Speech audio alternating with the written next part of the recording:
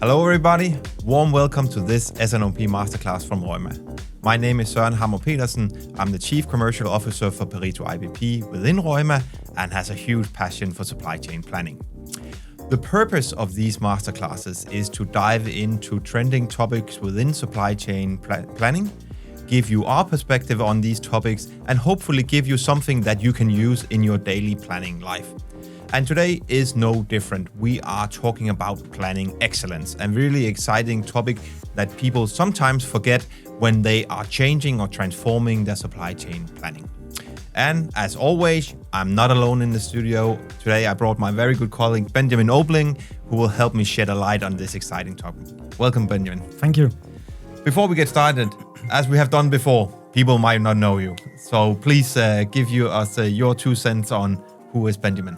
Yes, my name is Benjamin Obling, overall responsible for onboarding new clients in the Pareto IBP solution and the continuous operation of our clients in the Roima Pareto IBP product. Perfect. Let's dive into it.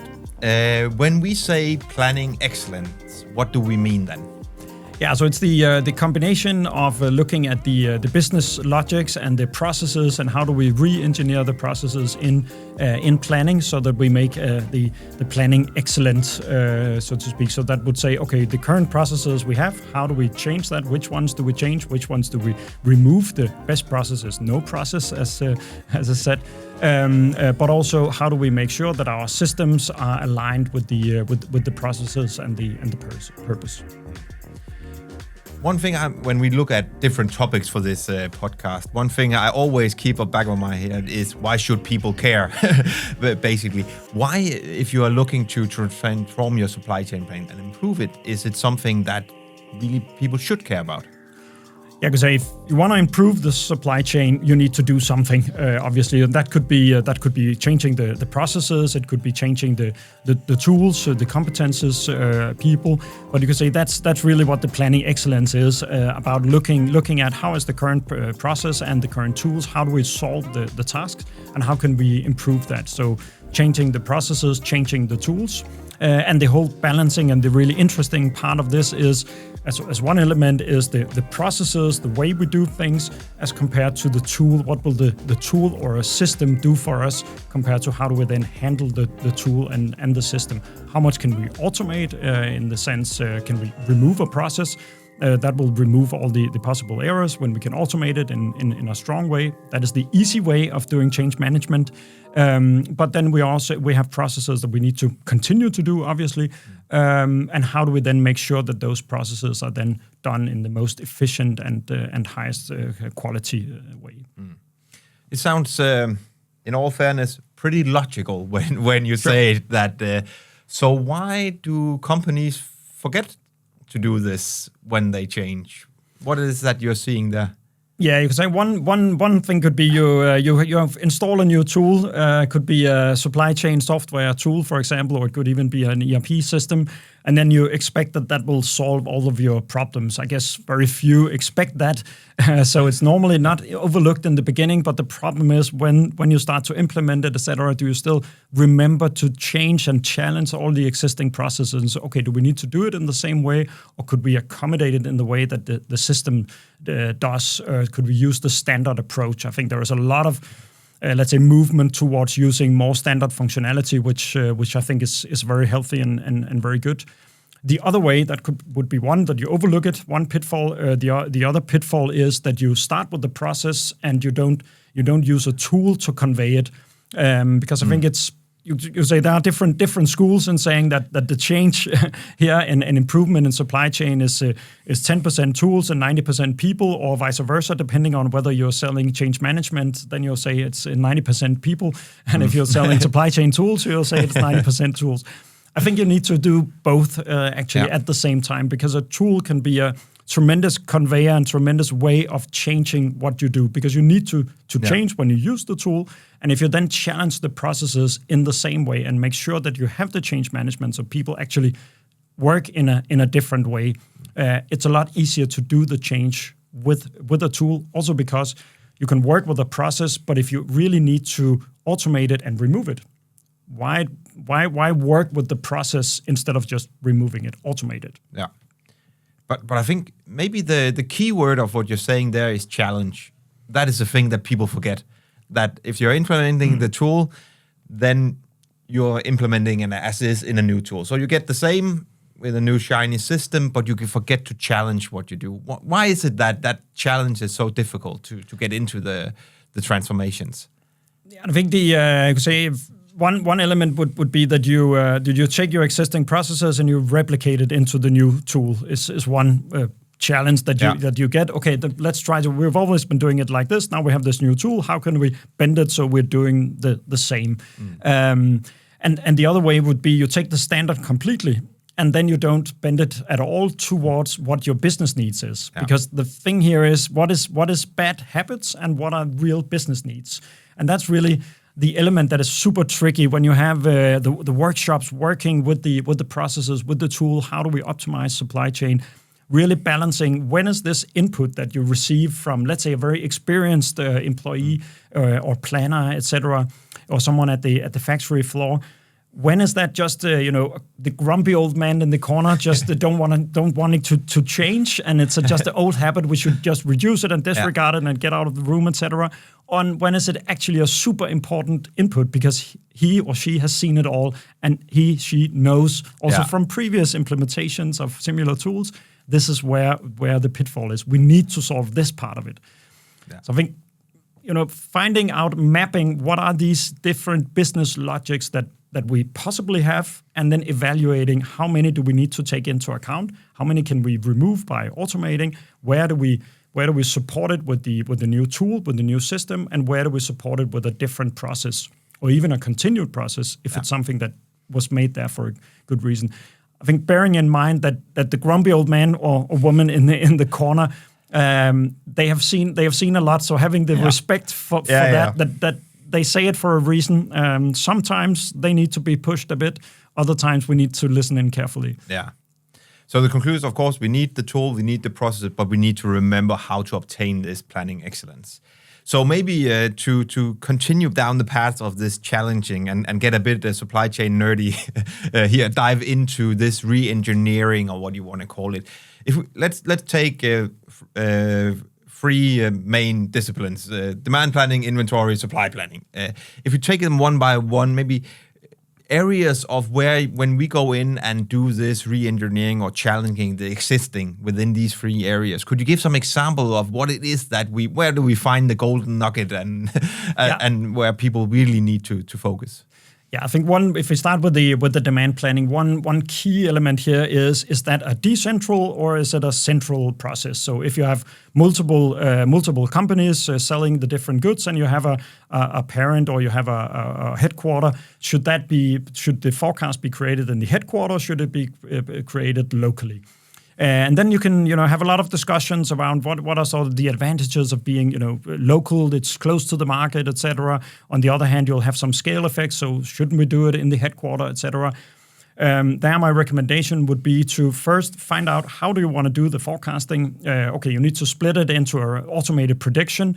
Having different models. It could be AI models, as we've also discussed in some of the masterclasses here.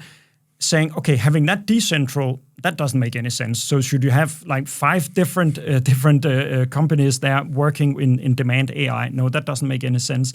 But what about the market intelligence? Okay, that should be then decentral. So first mapping out what is it actually, how are we going to solve the problem in the best possible way?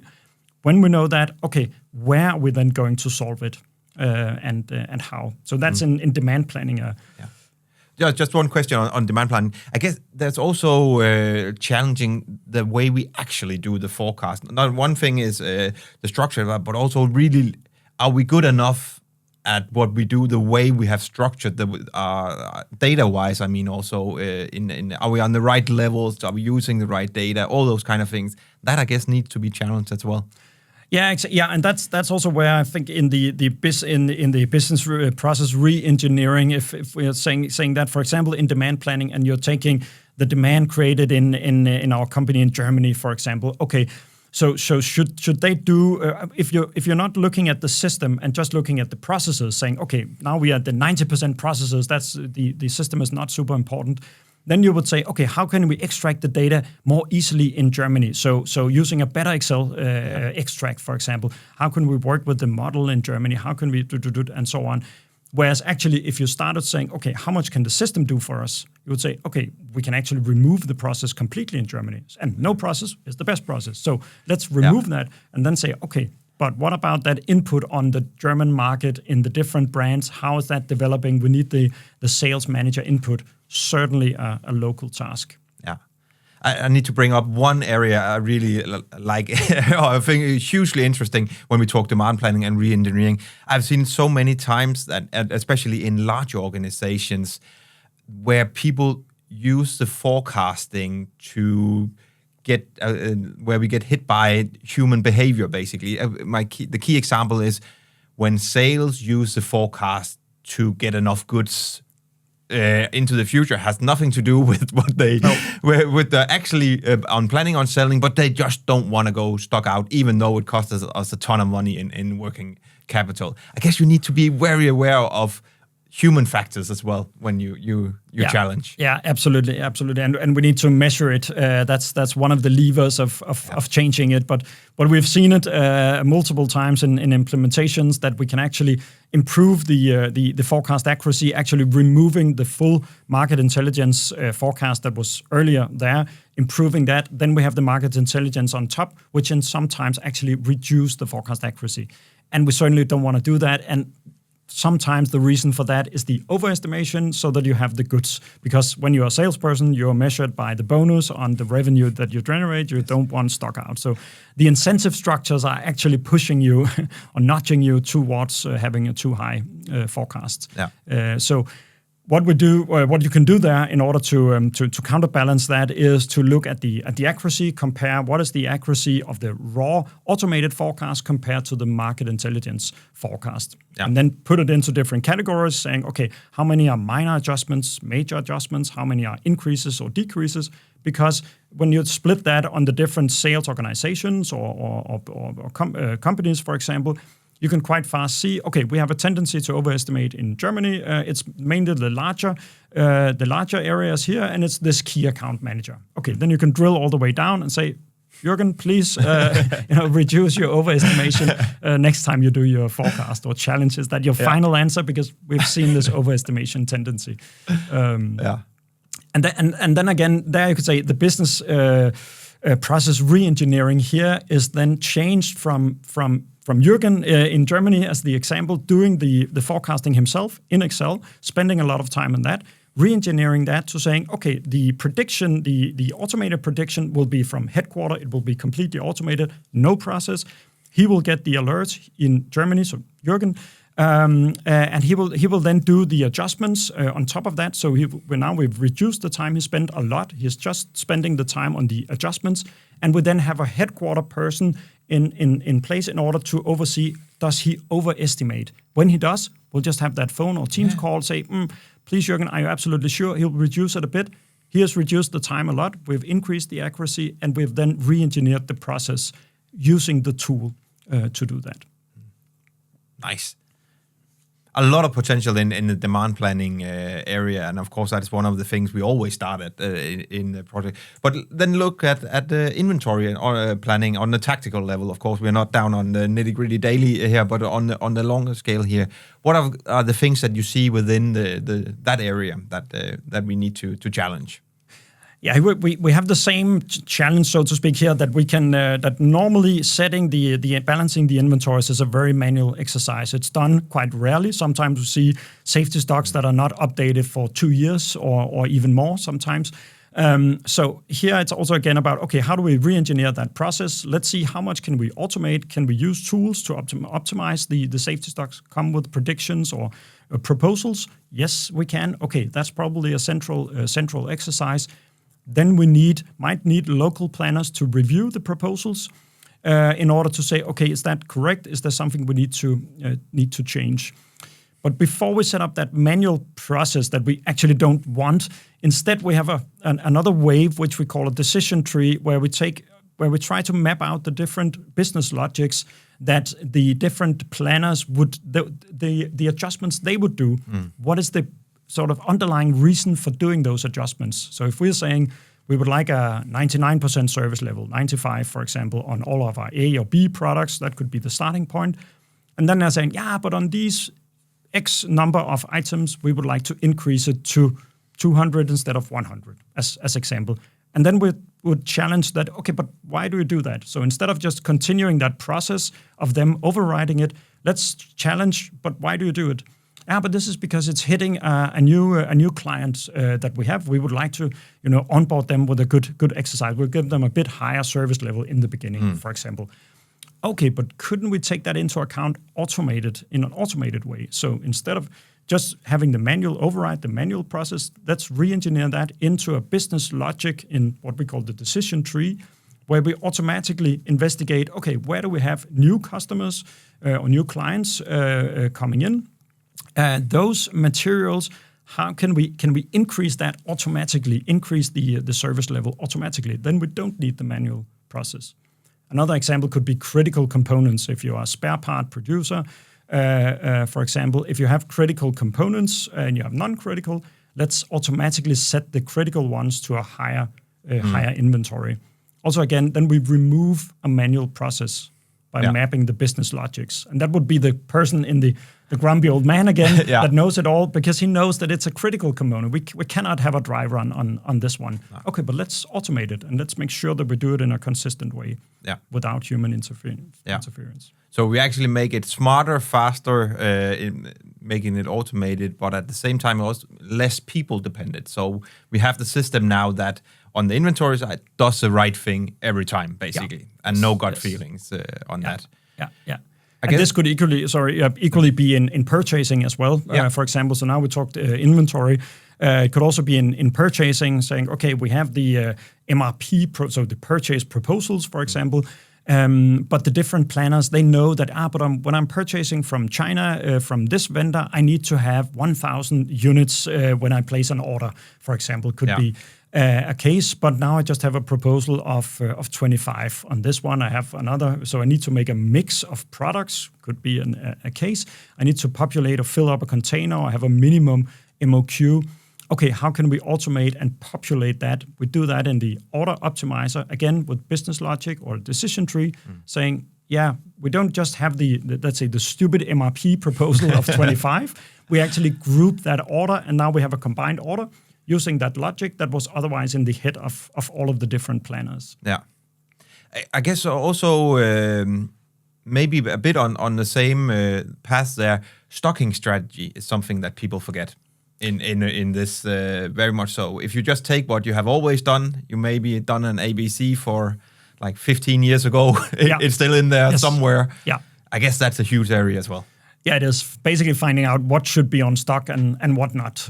Because, and you could say if you separate that, we have optimization logics, so that could be using Monte Carlo simulation, using deep learning networks for demand planning, using linear programming, for example, for purchase proposals. So these are optimization logics. So that's one thing.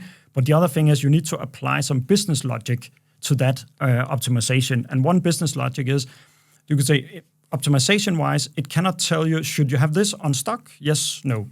Well, it depends.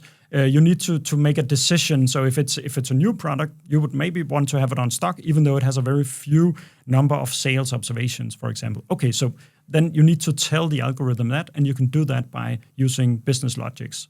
Another way could be, okay, we've seen a decreasing demand. We have X number of observations. Our gross profit is below a certain threshold. Okay, then we suggest that this should go from a make to stock to a make to order. So we don't want to stock it anymore. So having this dynamic stocking strategy, which is based on rules and business logics, instead of based on gut feelings or changing a master data field manually in the ERP system, which is actually 90% of companies work in that way instead of using business logics. Yeah.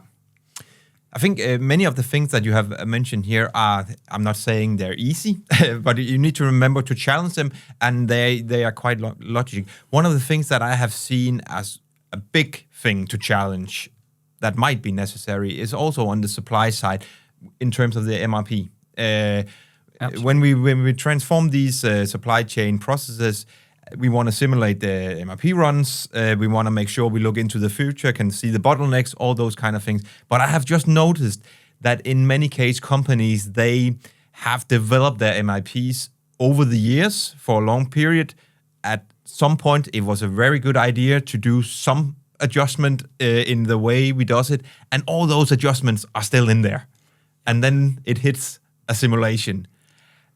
Do you see the same thing? That is a really important thing to be aware of in this and how to challenge that. Yeah, absolutely. It's a high focus for us and also for many of our clients at this point, because you could say you're going to have a better forecast, you'll have better safety stocks. That will improve the MRP run, so the planning of proposals in production or purchasing. But what we can just see is exactly as you mentioned there, that there are a lot of different logics that you can use in the MRP run, and all of them sort of separately make sense that you do that.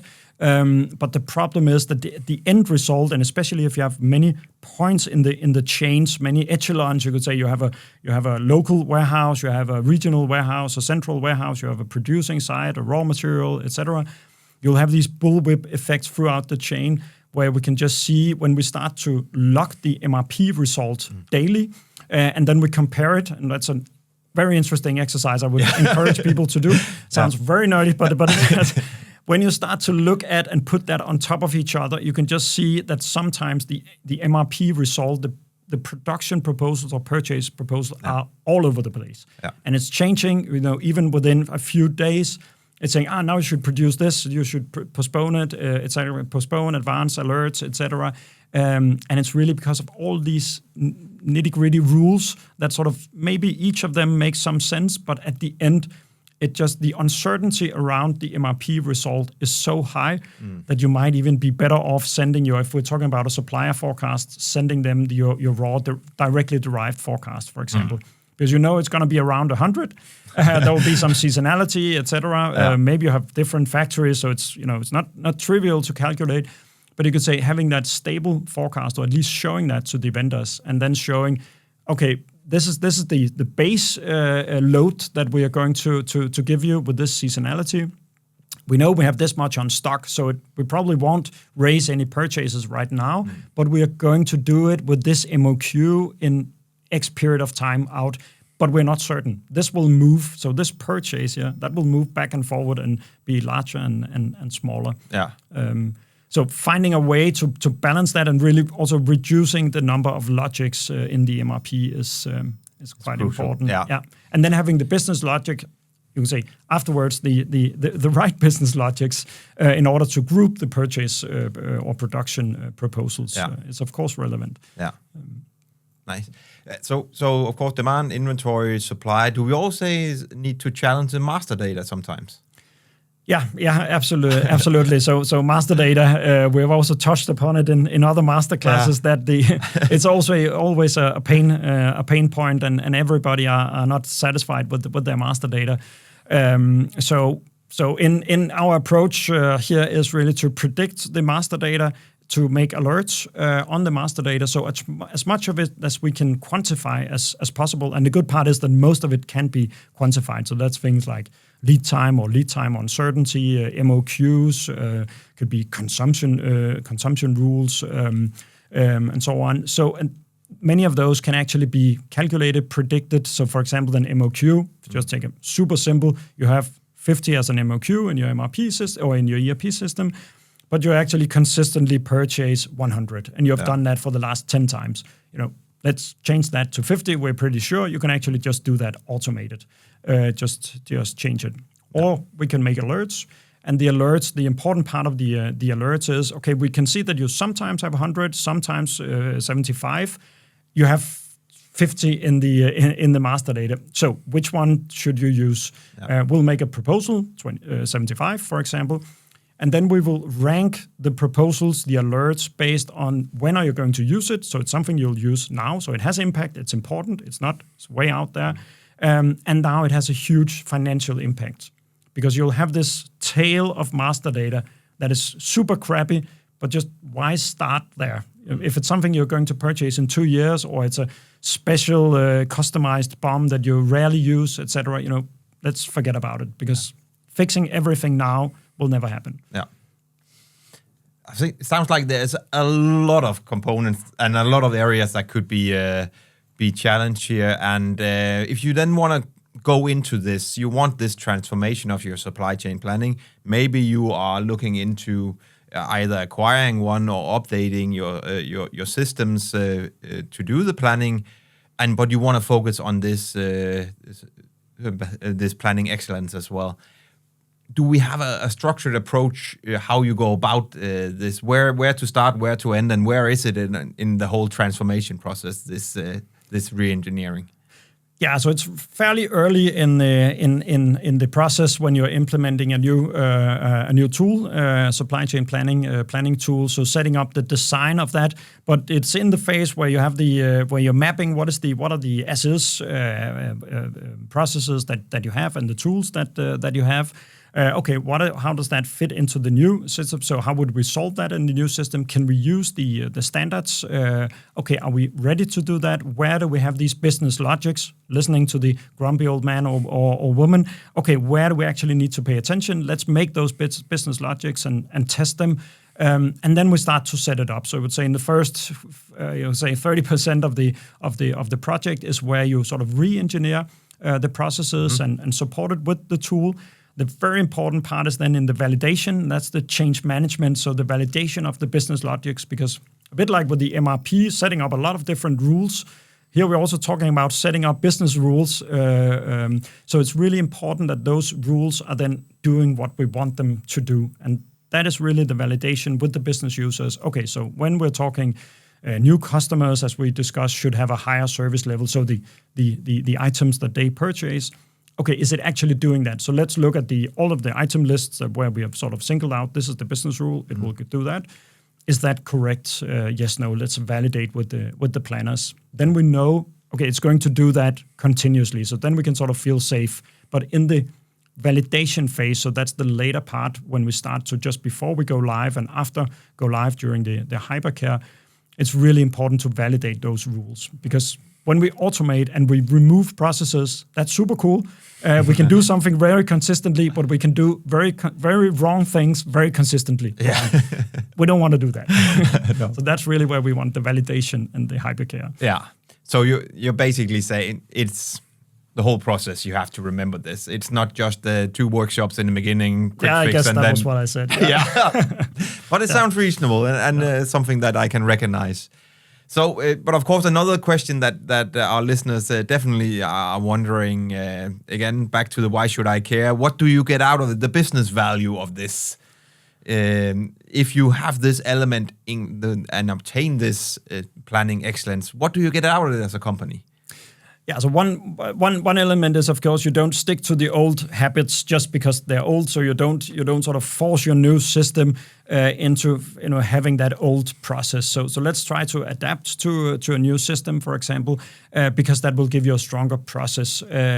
And you can say outcome-wise, the purpose of it all is, of course, a higher accuracy in the planning. That would be in the forecast, in master data, in inventory, in supply, in purchase orders, etc. So that's the business outcome of it, that you can serve your clients better at a lower cost, so lower working capital, etc. And then you can also reduce the manual work that you're doing, which is normally often directed towards something that creates more business value, because the people who are doing these business logics and are sort of adjusting for all the wrong things in the system, all the missing business logics that are in the existing or in the old system, all the people who do that, they are normally pretty good and skilled people who knows a lot, because they need to do that in order to make these corrections, and they can be utilized so much better in other places.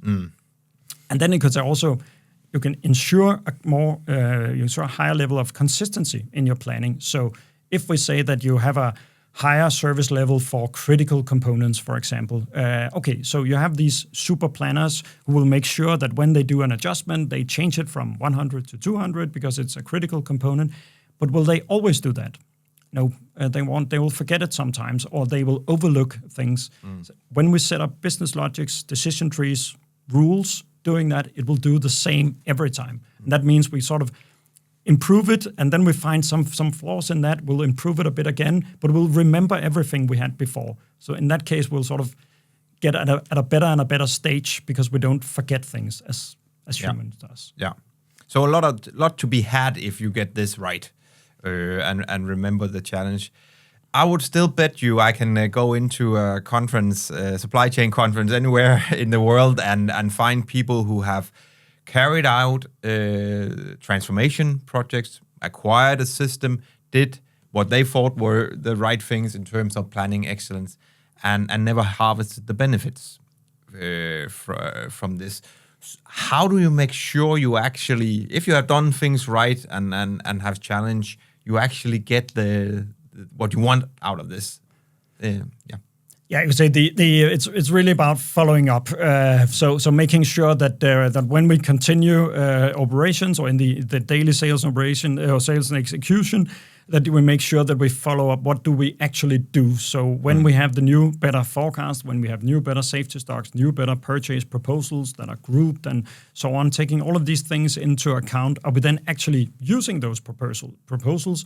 Or are we still doing something else? Yeah. There is a very strong tendency to still look at the old Excel spreadsheets and say, but I normally purchase when we are at 200 here.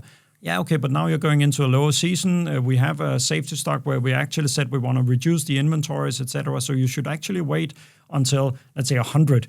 So you should wait, dear planner. So please don't send that purchase proposal yet. Having a structured approach on how do we actually perform is super crucial. With different techniques of doing that, inventory controlling, where you follow up on how does the actual planning perform, or look at supplier performance, etc. So there are different techniques looking at the accuracy on the you could say the automated forecast as compared to the market intelligence. That was our German Jürgen, who had the overestimation we talked Poor about. Guy. Yes, exactly. Okay, how do we make sure that you remove that overestimation? And dear purchaser, you should not purchase it yet. You need to have ice in the stomach. You need to wait until the proposal is there. Yeah. And on the other hand, also making sure that feedback loop is also open to say, okay, maybe the planner actually purchased it earlier. And that was good because maybe we missed something in the model. There was a business logic that we didn't have. So if we didn't have this critical component element, for example, yet, and the purchaser was just purchasing it earlier because, but this is a critical component, so I cannot wait. Okay, let's incorporate that into the rule and explain to the planner and show the planner, make that interaction with the planner so the planner knows next time I can trust the system here because it is taking critical components into account already. Yeah. I guess one thing what you just said made me think is you mentioned, of course, the importance of following up and actually changing planning behavior. But one topic in my head is always lack of focus, or that the focus goes away. I think I see projects, and when I talk to people, where there's a huge focus up until and maybe a bit after go live from a transformation project, meaning that is everything working? Are we on track? Or are we keeping deadlines?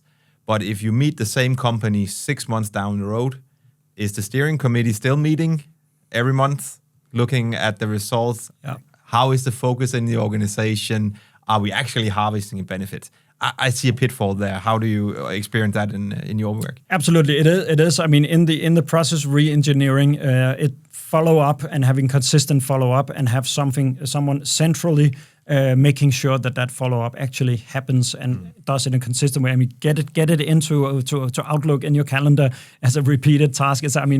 Basic things like that, but making sure that also that the tool supports you. So you don't need preparation. You shouldn't, spend a lot of time doing a forecast accuracy analysis. You open the tool and you have that. And that's an important part in setting up the process in the beginning, that the tools are following up. They are there. You don't need a lot of focus or a lot of time going into preparing a follow-up on the inventories. You spend the time on the follow-up, not on the preparation. So automating that as well. And then, of course, again, automating as much as possible. The more business logics we can put into it, then you could say, then you don't need that attention in the same way, because you already know that all the critical components, they do have a higher service level, so they will automatically get a proposal earlier. Yeah. Because you could say many of these things, if you want to improve forecast accuracy, you want to balance the inventories, etc. If you sort of put all the good brains of the company together and you made the best forecast you could possibly do, put all the efforts in it. I mean, every company could do that. They can make a super forecast for the next year. The problem is they can't do it on a consistent basis, automated without spending a ton of time, and no one has a ton of time. No, so, automate. Yeah. It's super interesting, and I think we could talk for hours about this topic. But maybe final area just to touch upon is, of course, we strongly believe that you need to have this focus. That is a given in your transformation. But if you're sitting out there watching, listening to this, and want to get into starting here, how do you start with this transformation? What is your best recommendation there? Yeah, so you're mapping the different objectives. What is it you want to do with this change process? Of course, because of change management. So, what are the business objectives you want to obtain? You want a better supply chain, for example. Okay, where do you see the main pain points in that? Is that in demand planning? Is it across the end to end? And then down to, okay, so how well are we system supported? Can we work with the existing tool? Can we improve that, or do we need to change it? And then doing the tool and process together. If the conclusion is we need a new tool, then having working with the tool and the process re-engineering together, instead of arguing whether it's 90-10 on processes versus tool. I mean, use the tool to push the change in the processes, and then map out again, automate as much as you possibly can, because that's the best way of knowing that the process will be consistent. Yeah. And maybe final words, remember to challenge and automate. That is the key thing. Absolutely. In this. I think we're out of time, Benjamin. Yes. Thank you so much for your great input as always on this. Thank you for having me. And thank you all out there watching, listening. Really appreciate you dialing in with us here today in these masterclasses. We think this is a really critical area, and would, of course, love to discuss more with some of you out there. So if this isn't something Planning Excellence that has your interest, go into the Roima website, check things out, or reach out to Benjamin and I online. We'll be happy to discuss with you.